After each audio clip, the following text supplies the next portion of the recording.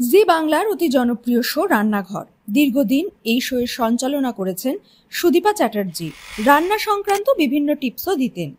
বাচ্চারা একঘেয়ে রান্না খেতে চায় না, তাই নিত্য নতুন রান্না করে কিভাবে তাদের খাওয়ানো যায় তাও বলতেন। তবে তার শুরু হয়েছিল সিরিয়াল থেকে। বর্তমানে টেলিভিশনে তাকে আর দেখা যায় না। নিজের ইউটিউব চ্যানেলে রান্নার শো করেন। ছোট্ট আদিকেও দেখা গেছে মাঝে মাঝে মাকে রান্নায় সাহায্য করতে। আজ সুদীপার ছেলে আদিদেবের 6 বছরের জন্মদিন। চ্যাটার্জি বাড়ির নিয়ম অনুযায়ী জন্মদিনের দিন মধ্যাহ্নভোজে এলাহি আয়োজন করা হয়। আদির বেলায়ও তার অন্যথা হলো না। সকালেই পৌঁছে গেল ঠাকুমার বাড়ি। দুপুরের মেনুতে ছিল ইলিশ বিরিয়ানি, চিংড়ি ফ্রাই, চিংড়ি মাছের ভাপা, মাংস, পায়েস এবং আরো অনেক পদ। সবার সঙ্গে বসে নিজের হাতে খেলো আদি। ঠাকুমার কাছ থেকে আশীর্বাদ নিয়ে তার সঙ্গে কেকও কাটলো। জন্মদিনটা বাড়ির সবার সঙ্গে বেশ মজায় কাটলো সুদীপা পুত্রের।